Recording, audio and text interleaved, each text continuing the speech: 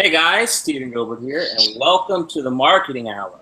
However, Bill couldn't make it today due to unforeseen circumstances, so we have guest co-host, I guess you would call it, Techie. How you doing, buddy? Hey, what's up, Steven? Not much, man. Got my wisdom teeth pulled out, and so I'm not supposed to be smoking, so I have to smoke real gently. You better hope that you don't. Wow, With the there's still a lot of feedback. Hang on. You know, if I would put as much effort into smoking while I've had my teeth pulled, if I put that into my business, I don't know, I might make a lot of my money. I'm obviously a dedicated smoker, put the risk. Hey, sure, Jan. Welcome, buddy. So, I got an email. Well, I didn't. Someone got an email and sent it to me, Brett. And they said that we were trying to destroy the internet marketing community with our podcast and divide it and tear it apart, which is just so funny because that's like the exact opposite of what we're trying to do. Like, I could probably read the whole email. Let me pull it up. I'm gonna read this whole email. We won't say who sent it, sticking with our policy of not naming names. But I will read the whole email so that you guys can hear it, and then that's what we'll talk about. Let's see here. If my phone will load Facebook. Come on, phone. Don't do this to me now. Doing it live. Okay. All right, I'm going to read this email.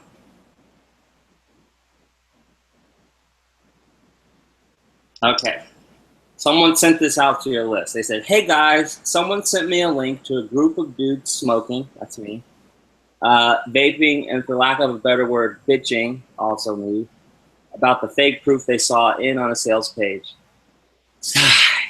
Throughout the entire video, nobody mentions the product or the people doing it, supposedly for quote-unquote fear of a lawsuit. Let me tell you guys something. Nobody sues anybody in this industry because it's too much the pot calling the kettle black, which I would like to say I mentioned in that podcast that I had made mistakes in the past before. And I find it interesting that they don't name us in this email either. So they're like accusing us of not naming people, but then they don't name people. So that's blah, blah, whatever. The last thing you want to do if you run an IM business is to go to court and explain to the judge why you're not a scammer, but this guy is. So why won't they mention names? Because they don't want to be shunned from the community. They don't want to face that person at an event and have productive. This guy must not have watched the whole video, since I offered to, settle it outside. It's what I'm doing right now, and sure, in a way, it's fun. And why Rob rocks at others while you live in your glass house. So look, if anything, I agree. They're talking about you now, Brett, actually. I agree with the guy that said that this is a customer issue. You need to take this more serious. These guys do too. They've grown complacent, which I find funny because we're running a fucking podcast. Like, complacent. I've started a fucking podcast. That's complacent. Suck my dick. So look, if anything, blah, blah, don't care. The concept works. Yeah. Let's say the moment you go comfortable is the moment that someone else steps in and takes your spot. Well, if any of y'all want to start a podcast, please do. I've had it happen to me, and it costs money, agony, and grief. So is the proof fake on the product I promoted? I don't care if it is. The concept works, the idea works, and we can all agree that's not the real issue here. Taking fake proof is a bad idea, but maybe they realize, like I do, that people are tired of seeing the same JVV sales proof on every other product. I don't think these guys are trying to trick anyone, even if they did take the proof, they're being lazy. I think he's talking about the people we were talking about in this part. It's easy to be lazy as a product creator, blah, blah. And here's the part I want to talk about. The part where he says,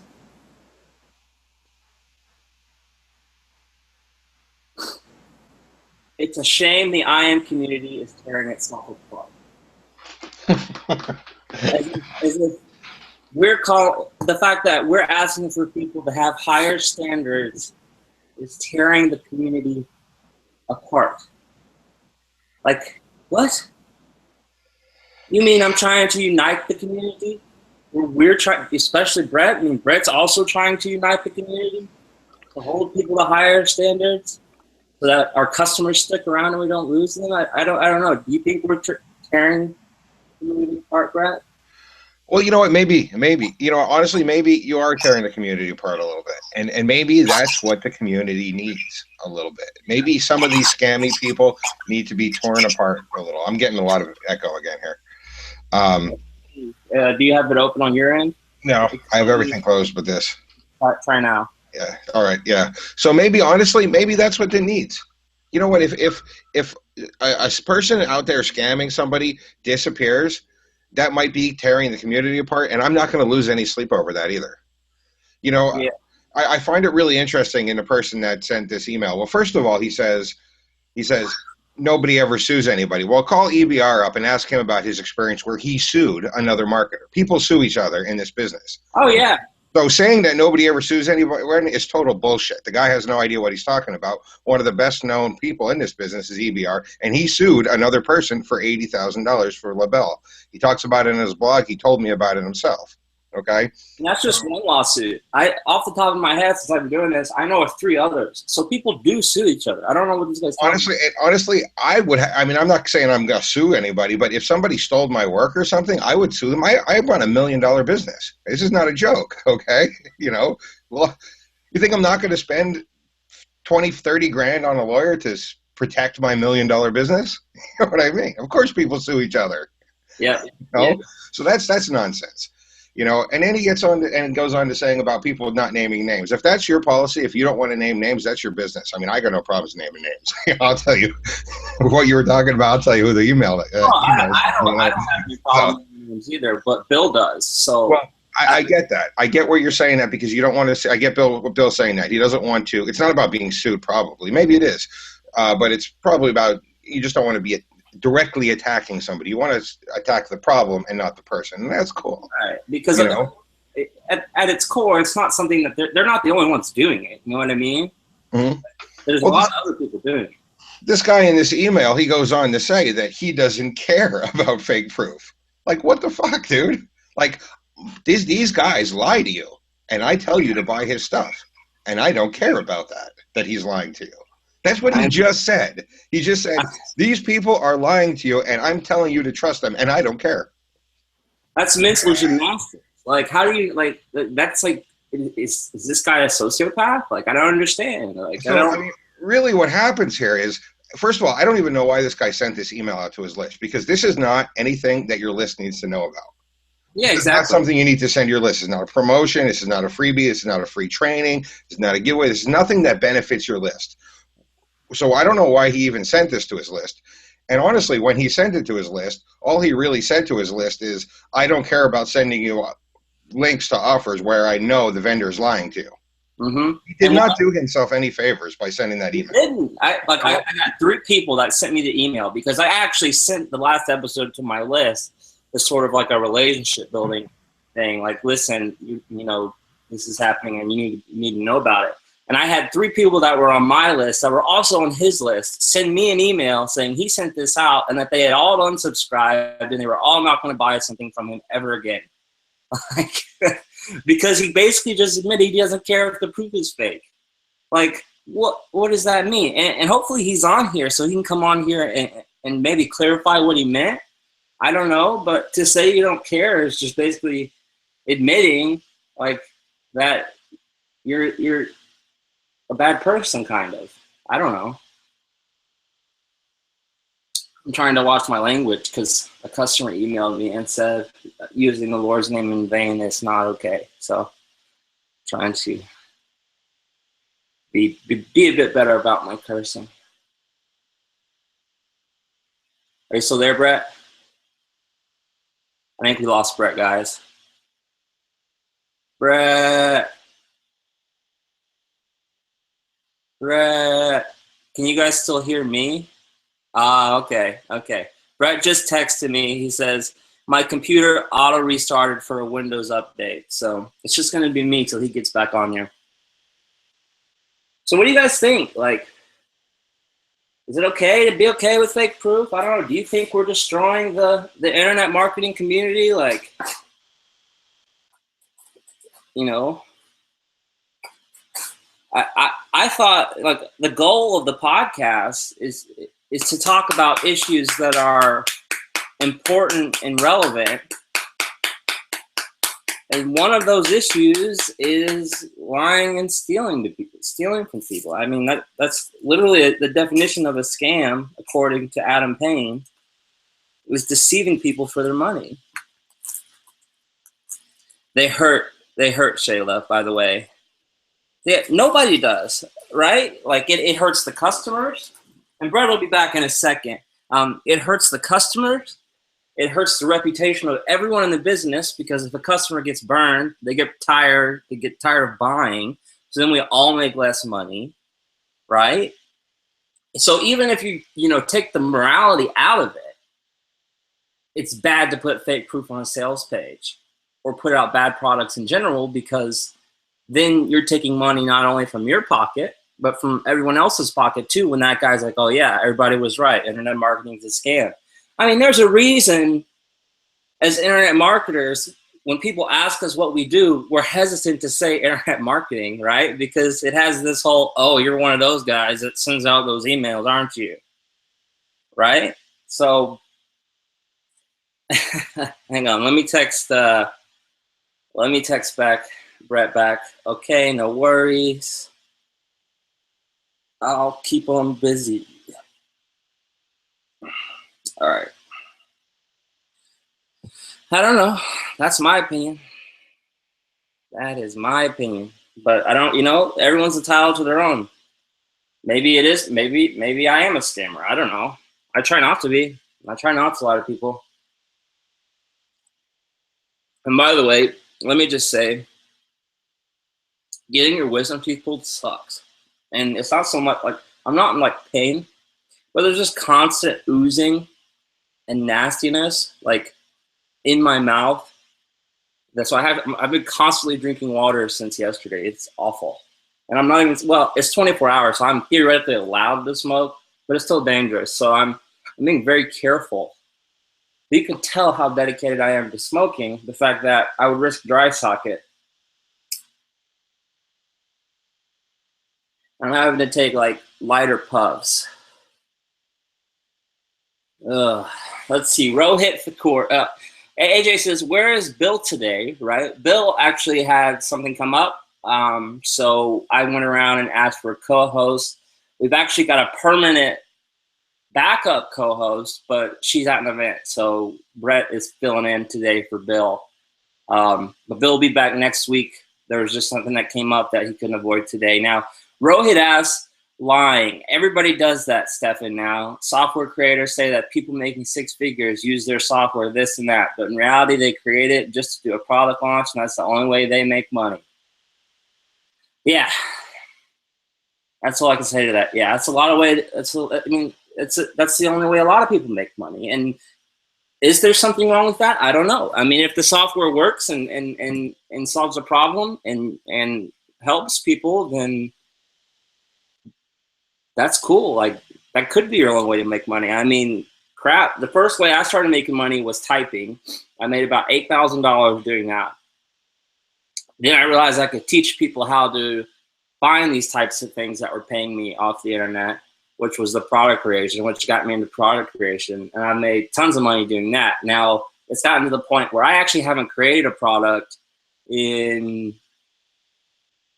like 2 or 3 years, because people just bring me their products and I help them bring it to market, because I have connections, I have experience, I know how to put things together, like put a funnel together. So while these may not seem like valuable skills in the real world, and they're really not, online they are. So I make maybe like $300 or $400 a year from YouTube videos that I have out there for ClickBank products. I stopped typing, obviously, because that took up a lot of time. But I went from typing, where I was actually working online, to launching products. And I stopped typing because launching products, people were buying them, you know? And then it got to the point where I actually created so many case studies and so many products and built a reputation for myself that now people bring their products to me. Now, is that a problem? I don't know. Is it immoral? I don't know. It looks like we got Brett back. But I have a particular skill set. Some people find that skill set in need, and so that gives me work. So that's, I mean, that's how I get work, you know. So it I don't know. I mean, yeah, maybe Vass, for real. I'll PM you after. That's what it's called, JV managing. You know, Mike from Maine started his show as an affiliate. Now he's also a JV manager. You know, you can you can start off as an affiliate making money and move up to bigger things, and that's what I am. Is I'm a JV manager. Now on top of that, I'm also a coach. People do pay me for email marketing tips and advice. So, you know, it's evolved from me typing 60 hours a week to make a living to where I am now. And if that's wrong, I don't know. But when you have a skill that's in need, if someone's willing to pay you for that skill, I don't know if that's necessarily immoral. Now, if I was going around saying, look at all the money I'm making, that would be a problem. Especially if it wasn't money that I really wasn't making. So what I try to do on my sales pages is talk about the person who brought me the product and the money they're making, right? So that doesn't come back on me. Welcome back, Brett. Hey, thanks. My computer started on its own. It restarted for a Windows update. I had to grab the laptop quick. Well, I kept them pretty entertained, I think, right? What's that? I kept them pretty entertained. Can you hear me okay? Yeah. Is my voice coming through and stuff good? Yeah, I want to let's make sure. Can everyone hear Brett? Okay. It's literally the first time I've ever used this laptop. I bought it like 6 months ago. I've never actually used it. So, are you serious? Yeah, I bought it. I sat it on, I charged it up after I bought it. You know, you got to charge them up. Mm-hmm. And you know, I bought it because it's cool. You can flip the screen. It's a touch screen. It's pretty cool. But I never I work from home and I have a home office. I never actually needed it.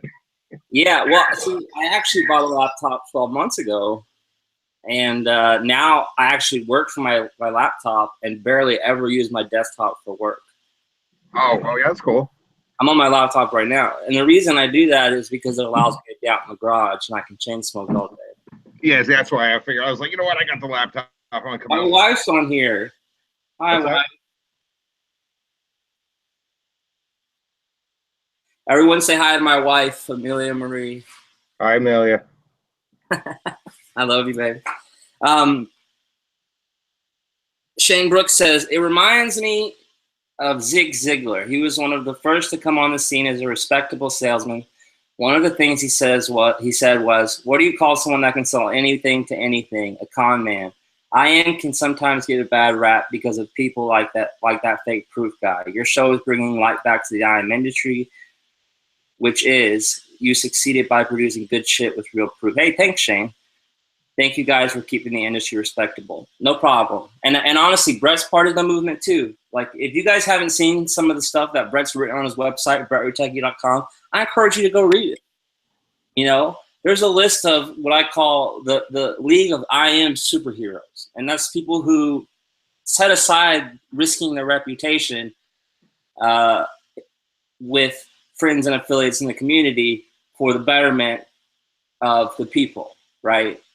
And Brett's part of that league. It's this little made up thing that Tommy and I joked about it, the League of IM Superheroes. There's like 10 of them that we found so far. There may be more. That's just, you know, that we know of. Anyway, Brett's a great guy. He's also helped spreading, I guess what you would say, light back into the industry, you know? Well, see, here's the thing I was thinking when I first got into this industry, Steve, and I realized something. You know, a lot of the old heads, the people that are like, I've been in this for years, right? The longest they've been in this is like 10 years. The really, really old heads maybe have been in this 12, 15 years, right? That is really short. For an entire industry, that is an incredibly short period of time. And this industry already has a bad reputation. Now, it's a good industry, but in 15 years, it already has a bad reputation. It's almost a matter of survival, where we need to say, look, we're going to start filtering out the shitty people because it's a matter of survival. I mean, in 15 years, it's got a bad rep. It's so bad you can't post a JV Zoo link to Facebook without selecting the Lions. Okay, you know what I mean? So we need to. It's not. I mean, it's for the customers. It's for us. It's just good for everybody if we start filtering out these people that are not honest. No, I agree. And it all started like I'm getting some weird feedback. This all started like I don't know, probably a year ago when I said if we don't start regulating ourselves, the FTC will, and they may decide, oh, we're all breaking the law and have some sort of like Operation Blackout, and then all the top JV Zoo IMers are going to get arrested for something or another, you know?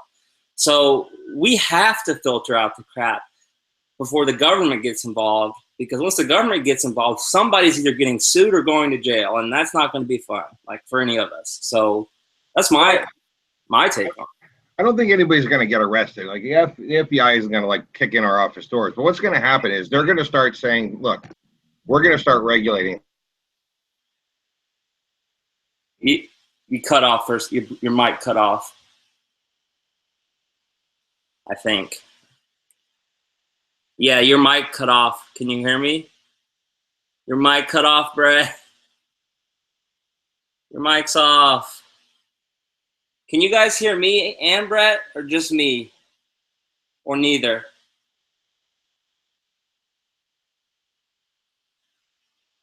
Brett, your mic cut off.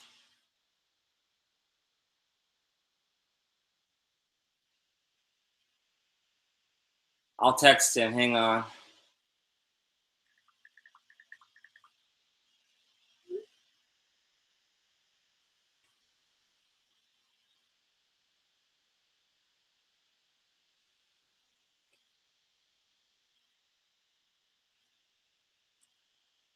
We can't hear you.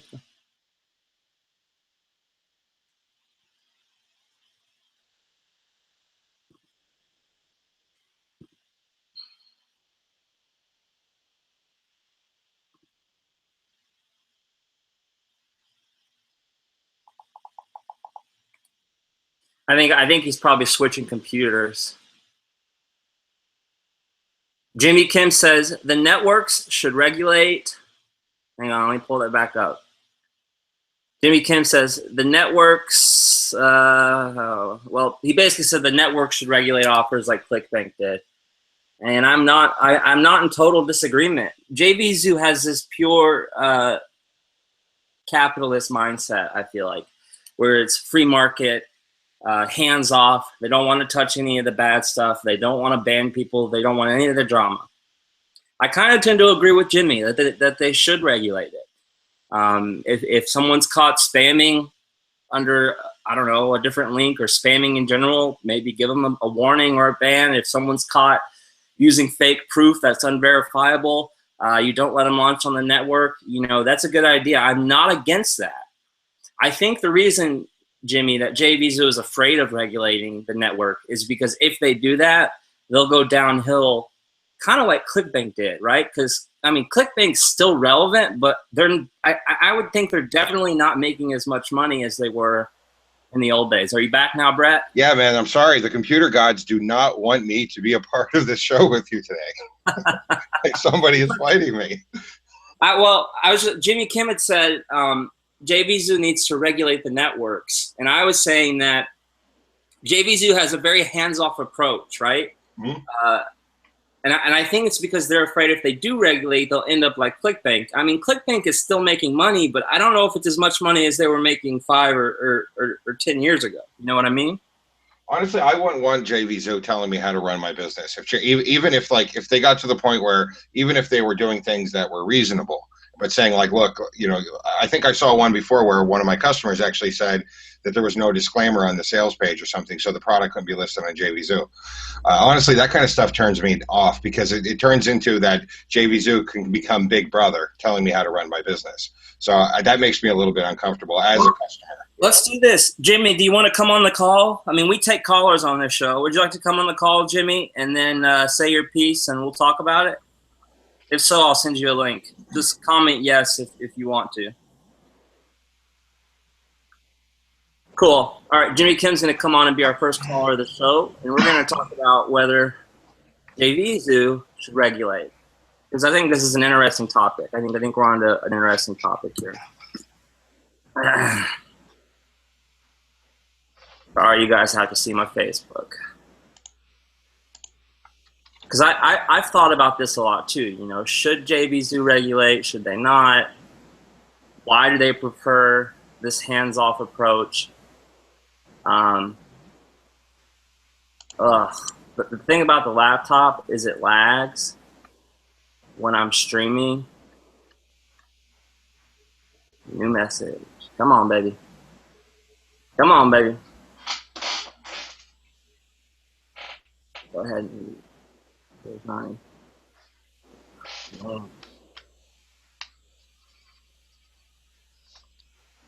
Yeah, thank you. It makes it a lot easier. All right. So Jimmy's going to come on, and we're going to hopefully have an interesting discussion. By the way, guys, we do take callers on this show. So if you have an opinion after Jimmy gets off and would like to come on next, just say so in the chat box. I am monitoring it from my phone. Yeah, Brett, you know, it's interesting, you know, because it's like, do we want JVZoo regulating? Do we not? Like, They can open up. I can understand why. They're afraid of regulating because of what happened to the thing. Welcome, Jimmy. Hey, what's going on, guys? What's up, Brett? Oh, I muted myself. There we go. How you doing? Good, man. Just working away as usual. How about you guys? Doing the podcast. So tell us what you think, man. What do you think about JVZoo regulating? Tell us your opinion. Maybe explain it. Maybe you and Brett could hash it out.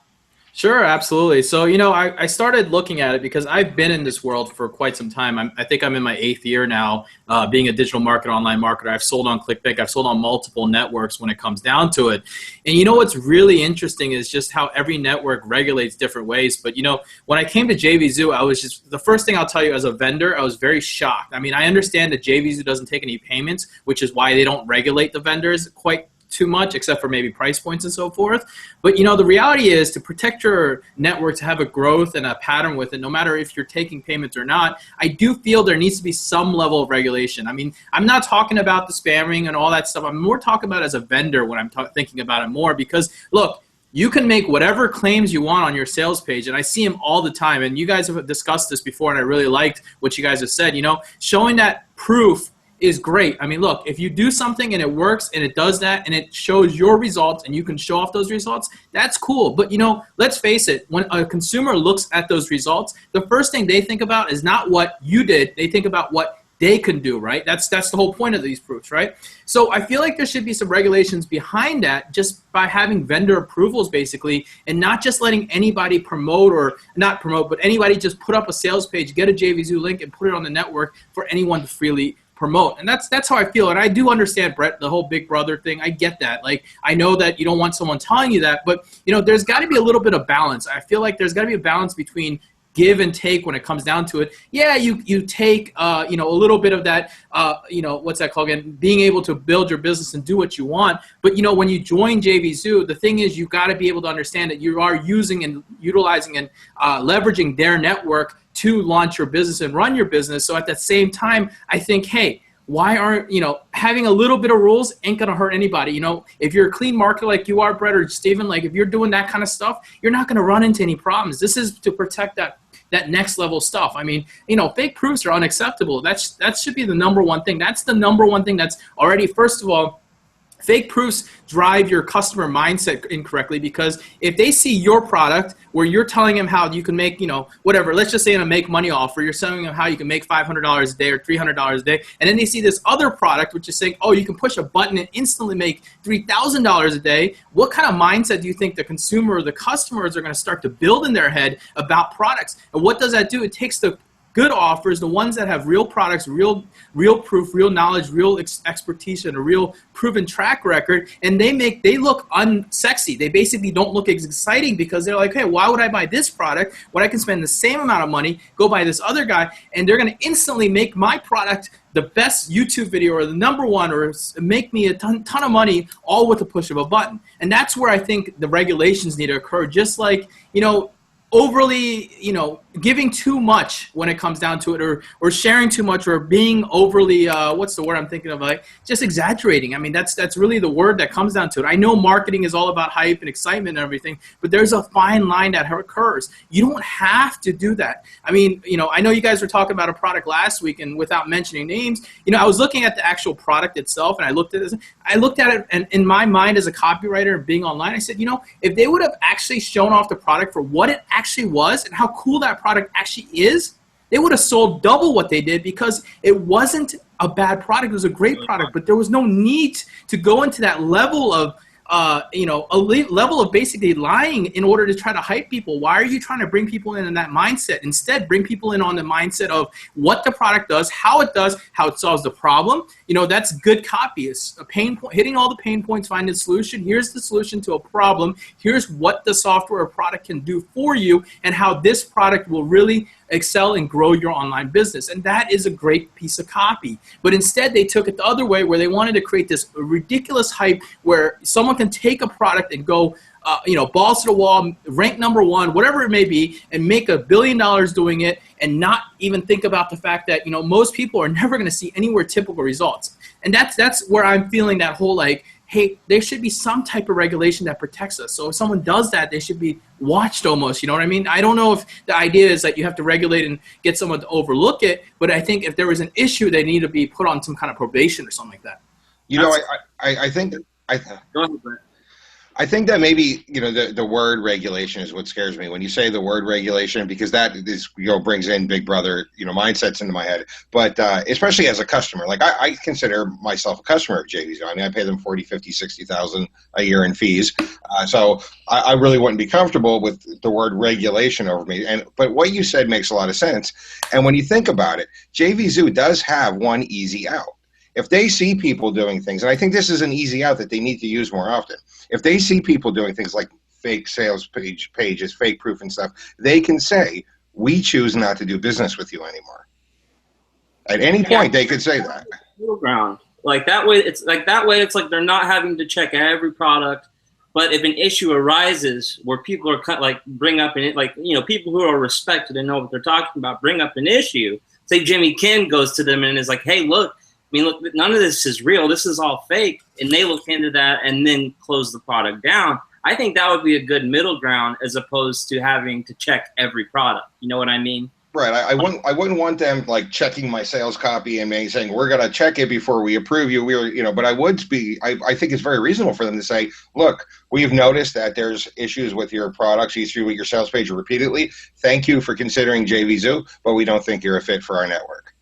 Yeah, that's cool. And I think Jimmy brought up a good point. When it puts the customers in the wrong mindset when you say push one button and make $3,000, and it's fake proof, and it puts other vendors, maybe good vendors, at a disadvantage because they're saying, look, you're going to make $500 in a week.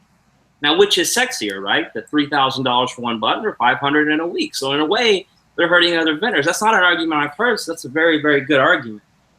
That was nice. Yeah, so I mean that's kind of like how I've been feeling lately about as I've been watching and just kind of seeing how this community has grown. I mean it's a good thing. It's just I know regulation sounds scary, but I guess the right word is kind of like just having a set of rules, but not quite being regulated, but just having a way that they can protect themselves. And JVZoo as a network, they've grown, they've got a ton of affiliates, and these affiliates rely on JVZoo, for example, to be the monitor or someone that kind of protects them from getting their payments, to making sure that everything is done for them in a way that they are they feel protected, right? That's the whole point of it. That's why they come here. If not, there's plenty of networks or private networks that you can go promote products, but then you've got to wait for the payment. You've got to hope that you get paid and so forth. So I think there's a good fine line out there. And I think that's the thing that needs to start happening. And, you guys have kind of said it. There needs to be a little bit of self-regulation, too, as affiliates, too. When you see something that just seems astronomically too good to be true, well, the saying goes, if it sounds too good to be true, it is too good to be true. So, I know that stuff converts better, but just remember, you're hurting your business in the long term because you're affecting what your customers are used to seeing. It's the same thing that happens in other niches when they see the exaggerated results or really extraordinary results on one sales page. Then you sit there and promote something else, which may actually probably be better, and it's a better product and better copy, better everything, but it just isn't as promising. They tend to look for that kind of stuff, and that's the type of customers. And those are the same people that became those serial refunders, because now they're just hopping from magic bullet to magic bullet, and that's the thing that we don't want to have happen. We want to make sure that people understand there's people who are producing great products that do solve a problem and gives a great solution that does exactly what it's supposed to do, and it's supposed to help them increase and grow their own online business. I mean, these customers aren't here because they just want to buy your products. They're here because they want to take your products and grow their business, so one day they can sit next to you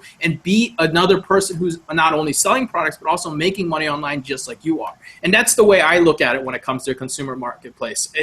That's the problem that I see, and I see it happening faster and faster. And it's been, for myself personally, I won't promote things that I see extraordinary results on anymore. It's just not in my thing, and I don't want to train my customers to be like that. It's all about training. Your list is your tribe. Your tribe needs to be trained in the way that you want to train them. You speak to them the way you want to speak to them, and no one else can speak to them the way you speak to them, because now you've grown that following, and that's what a perfect tribe is, and that's so important. Cool.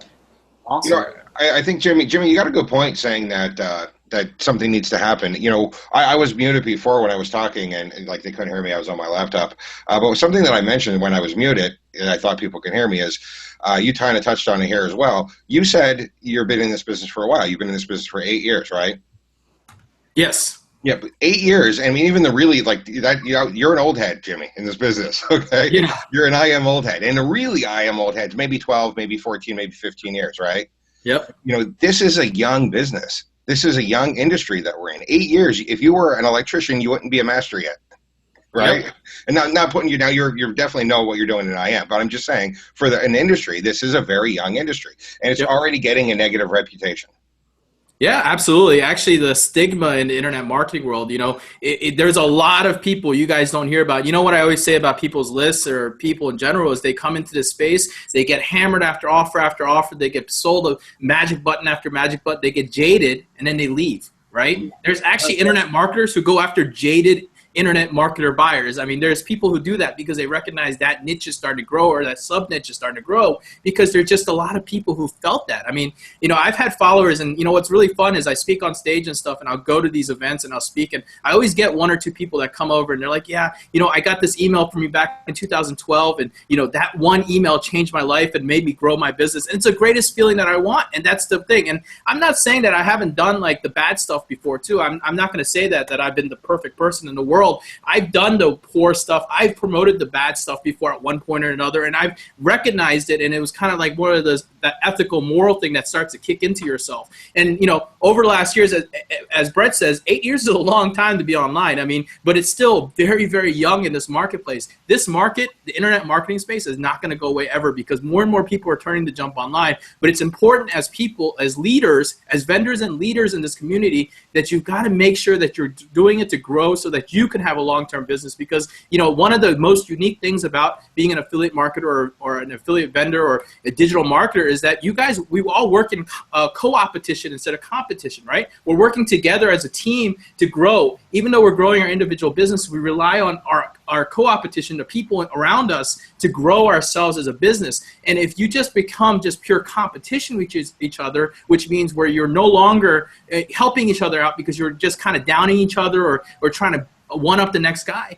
there's just no level of longevity that can come with that. And that's where I start to really see. And, as long as I've been in here, one of the things that I've been transitioning a lot for myself personally is that getting away from this marketplace a little bit, trying to grow my media side of it, because I want to know that there are a lot more people in the world, and there's a lot more things that you can grow into. outside of, we're in a very small bubble, but that bubble is growing fast too, as Brett has recognized too. So it's this fine line that you've got to ride, and we're the leaders. As leaders, you have to stand. And I hope some other people who are watching this can kind of start to hear this, and they recognize, hey, it's not about just sitting there promoting and hammering every offer, and regardless of what it is or what it is, it's about trying to help your subscriber become that person that next time around, hopefully in the next couple of years or whenever it may be, they're sitting next to you at the next event, or they're speaking to you on this next live hangout. They're interviewing, or you're promoting their next product. And that's what becomes cool. And that's what the ecosystem of internet marketing really is. Cool, man. Well said. Good points. And thanks for coming on the show. All right. Thanks for having me. Thanks, guys. Have a great day. You too. How do I exit this? Wow. I mean, Jimmy had a lot of great points there, I feel like. Yeah, Jimmy's a smart dude. I met him down in Orlando. You were down there. You met him. Did you meet Jimmy down there in Orlando as well?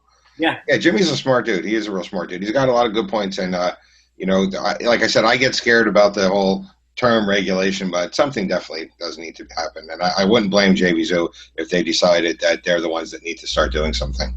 Yeah. Well, and I like what he said, too, about taking care of your customers, and actually, that's what flipped it for me a long time. I want to say 4 years ago, because I haven't been in here 8 years. I wouldn't say, maybe I have. I don't even know how long it's been at this point. It's like 2008, 2009 or something. Since I first started internet marketing, and then product launching, I would say like 2010-ish, maybe 2011. I don't know. I think it's 2010. So 6 years. And what really flipped it for me was Don Wilson actually saying, if you just take care of if you put your focus on the customers, and you see that with most of the top affiliates. Most of the top affiliates are people who take care of the customers. And it's kind of like that in any industry. Whenever there's a lot of competition in any industry, the customers always go to the people who have the best customer service, which is the best. And I think that's one of the reasons that Apple has been so successful. Now, the product was revolutionary. It has become a status symbol nonetheless. But they also happen to have great customer service, especially when compared to Samsung or somebody else. So I think Jimmy's right. I think it's our responsibility as affiliates to not only take care of customers, but to lead them in the right direction and help them grow their business. And then also on the flip side, that when one of us does something bad, that we say, hey, that's not cool, which is kind of what happened with the product 2 weeks ago or last week, whatever, and people were saying, hey, that's not cool before we even did the show. So we weren't even the first people to say anything about it.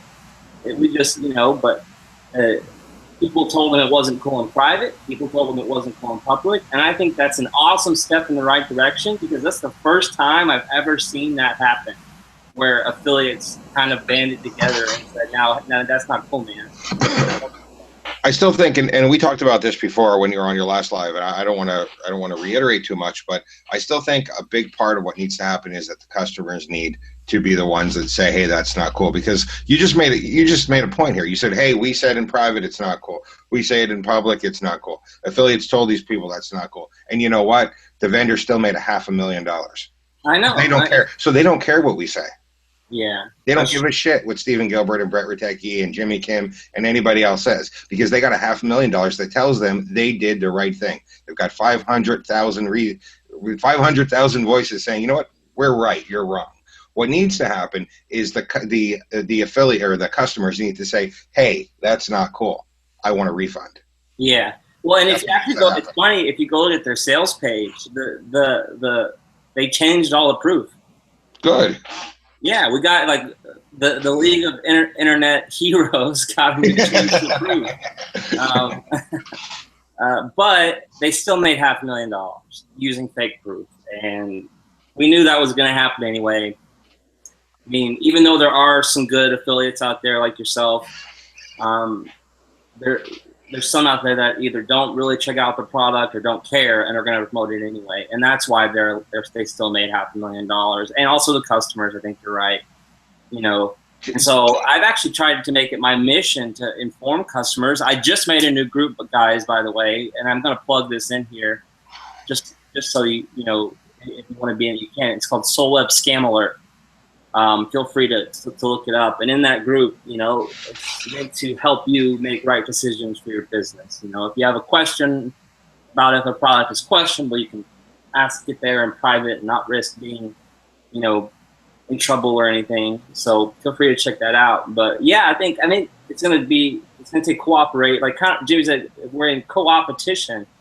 It's going to take cooperation between affiliates and customers to also say that's not cool. And, you know, we may never make this industry a better place, right? But the best we can do is kind of like someone said earlier, try to bring some light to the dark, you know, and just try to be as good of the people as we can and let people know what's going on. And people, I mean customers. And when a vendor does something that's not cool, tell them it's not cool. I mean, maybe we'll never change the industry. But I think Jimmy was right when he said the industry's never going to die. I mean, I don't think it's ever going to die either because half the world doesn't even have internet yet. So, like, it's not going anywhere. No, the industry is never going to die, and honestly, we're never going to change it. There's always going to be the scammer people in here. But you know what? We don't have to change the industry. You know, I'm going to share a story with you. A while back, it was about 6-7 months ago, I sold some training. And I'm not going to point out, I'm not going to plug my training or anything, but I sold some training, and I got a YouTube like video response. Like somebody sent me a YouTube video. They sent me a link to it in the email and said, "Hey, Brett, I wanted to say thank you." I look at the YouTube, and there's this lady. She's showing her JVZoo account, and she got like $17 in the day. And she goes, "Look, money!" She's like so excited because it was the first money she made online. And I said to her, I looked on this training, and I sold it to like 1,000 people, and only like 200 people even went through the videos. But you know what? I helped one person, and that was good enough. I helped one person. I changed one person's life. That was good enough. So when we're saying like change the industry and stuff, let's be realistic. We're not trying to change the industry. We never will. I mean, we would ideally we would change the industry, but it's not going to happen. What we're trying to do is help one person. And if we help one person, if we get one person in the right mindset, we've done our job. Yeah, I think you're right. And I've gotten, and see, like Jimmy said, the thing that makes his day is when someone emails him or he meets someone in person that says, "You changed my life." You know, I've gotten those emails, you know, and it's a great freaking feeling, you know, like, I got one a couple months ago that said, "Dude, your product from like 2011 made my first dollar online, and I haven't had a job since," you know, and I'm like, well, that's fucking awesome, actually, you know, like that's part of the reason I like my coaching is because it lets vendors who are maybe new, who have things to offer to the public and to the market in general, stick around and go full time. I mean, 2 of my coaching students were able to quit their jobs. Like they put in their 2 weeks notice, quit, and haven't gone back, you know, and it's that kind of stuff that I live for. So maybe you're right. Maybe the marketing hour will never change the industry. Maybe it'll change the hearts and minds of people. Maybe it'll help make people successful. You know what? If it does, then it's all worth it. Plus, it's fun. It's fun to sit here and talk. You know, it's like being at an event anyway. yeah, it is. It's pretty cool. You know, I think Jimmy Kim touched on another. We're like doing the Jimmy Kim analysis now, but I think Jimmy touched on another really important aspect that people need to realize is there's no free lunch in the world. You know, this business has gotten there's product launches happen so many times a day now. I mean, if you go over to Muncheye, anybody can go to Muncheye and look. There's like what 70 launches a freaking month. Oh yeah. So there's a lot of competition in product launches. So what happens is, and this is where I think a lot of the fake proof comes from, people start being a little more hypey. They're always trying to outdo the other guy, to one up the other guy, you know. So what happens is eventually you get to the point where there's this, and it's the point where we're probably at now, where there's this super crazy hypey sales copy. Now the problem with that is like Jimmy said, it turns the people into the wrong mindset. Look, I swear to God, to everybody watching this, to everybody seeing this, as a guy who I make quite a bit of online, there is no such thing as instant money. Please believe me, okay? I'm not lying. I make nothing by telling you that. There's no such thing as instant money.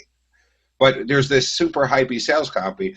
Press a button and instantly rank on Google. Never going to happen. Press a button and instantly rank on YouTube. Never going to happen. Press a button and get instant commissions. Guys, that's just people trying to one-up somebody else that's launching the same day as them, okay? Just so you know, all right? People need to realize that none of that stuff is ever true. It's never going to be true. And I think you make some good points, you know, and I don't know if we'll ever get people to stop saying that, but at the same time, like, and I've talked about this with Mike Tremaine before. I've said you've always got to add a little bit of sugar to make the medicine go down. You know, if you put on it, if you have a great product that's actually going to help people, and you say in the product you're teaching them how to build a list and how to email that list, right? Say you're teaching how to build a list with paid ads. Well, if you just put that on your sales page, they don't want to hear it. You know, they don't want to hear it. So it is part of the customer problem. You know, customers are part of the problem, but they're not the entire problem, I would say, not even close. No, it's the sales copywriters are the major problem. And you're right. You know, I like Michael Cheney. You ever hear chocolate covered broccoli? I love that saying. Michael Cheney is another very, very smart guy. He sent me a horse head too. But so yeah, chocolate covered broccoli. You know, chocolate covered broccoli just tastes better, and it's the easy way to get the kids to eat their vegetables, right? And that's what we're doing. You know, it's okay to put a little chocolate on the broccoli.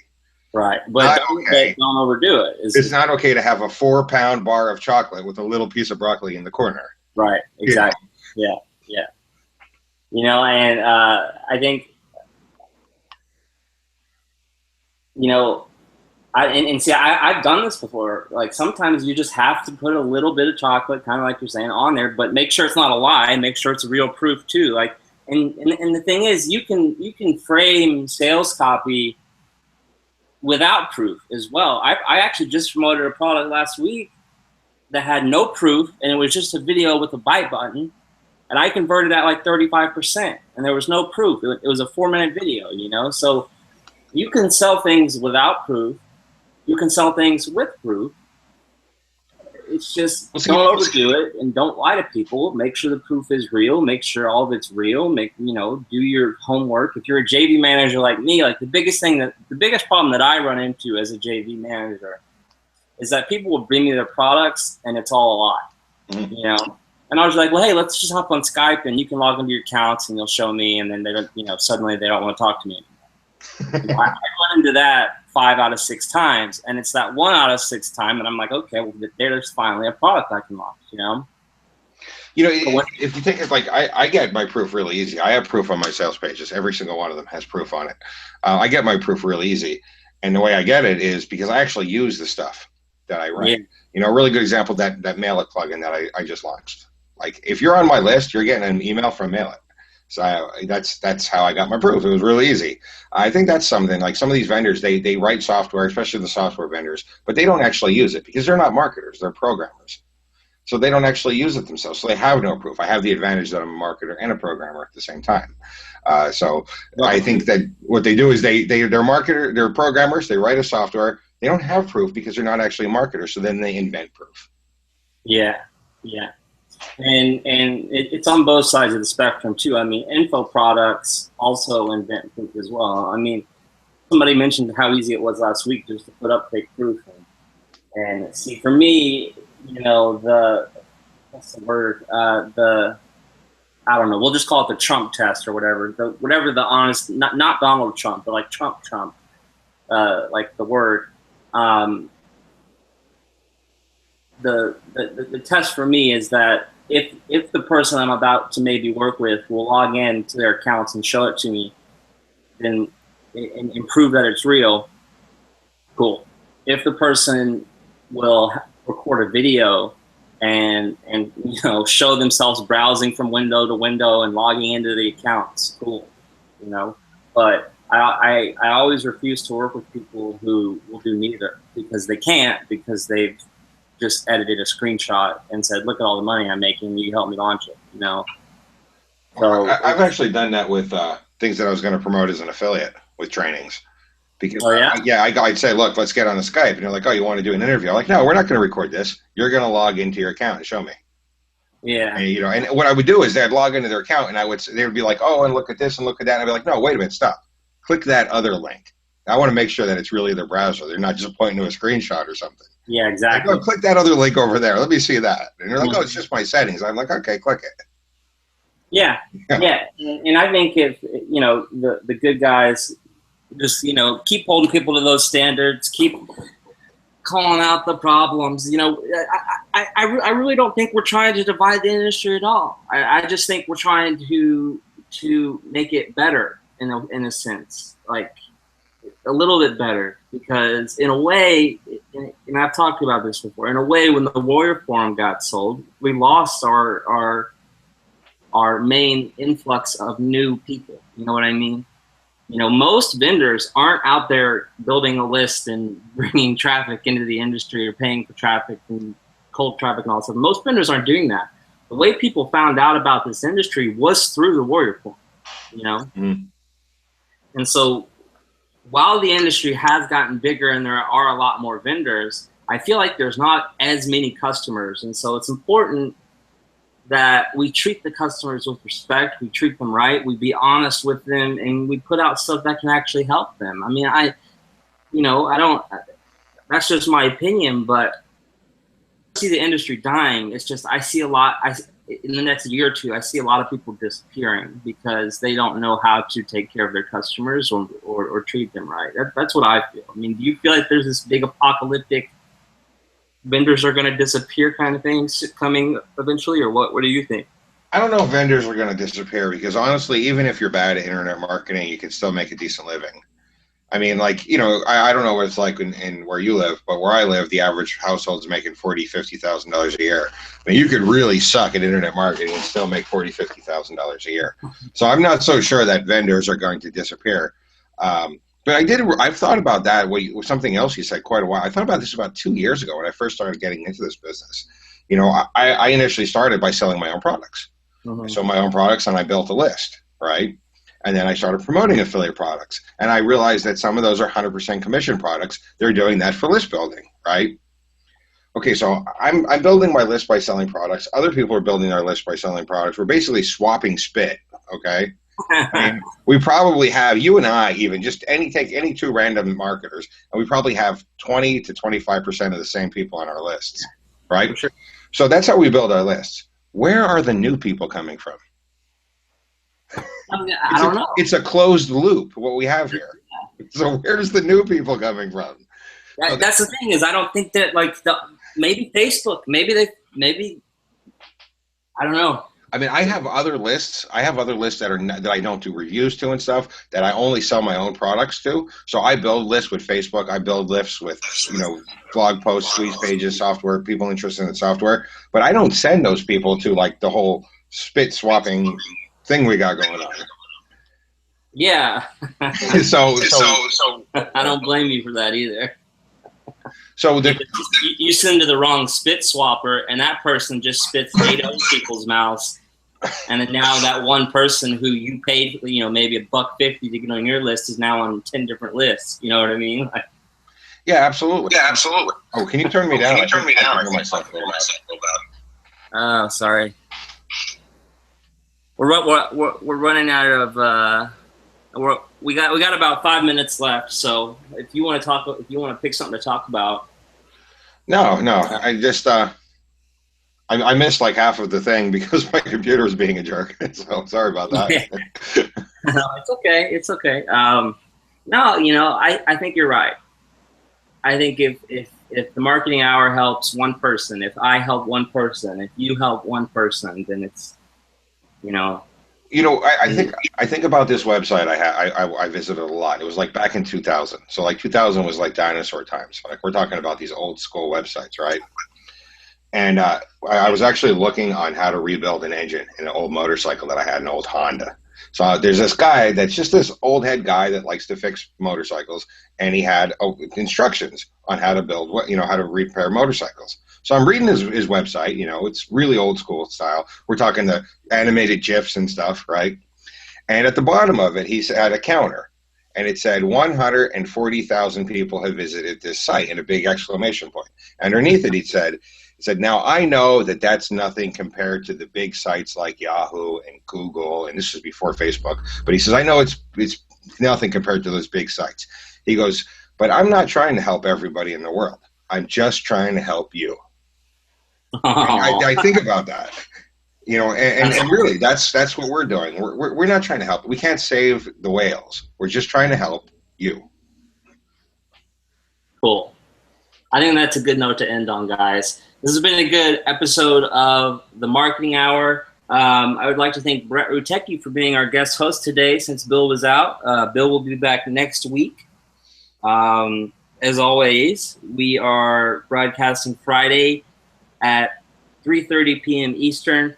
We're available on iTunes and most podcasting apps, as well as marketinghour.guru, and we're also available on SoundCloud. So if you missed any part of the episode, you can go there to get it as soon as it's posted. And if you don't mind, leave us a review on iTunes so that we bring new people into the show and maybe into the industry. Who knows? Thanks again, Brett. I really appreciate it. Hey, thanks for having me, Steven. You're the man. I'll see you in Vegas, buddy. Yeah, absolutely. Bye. All right, this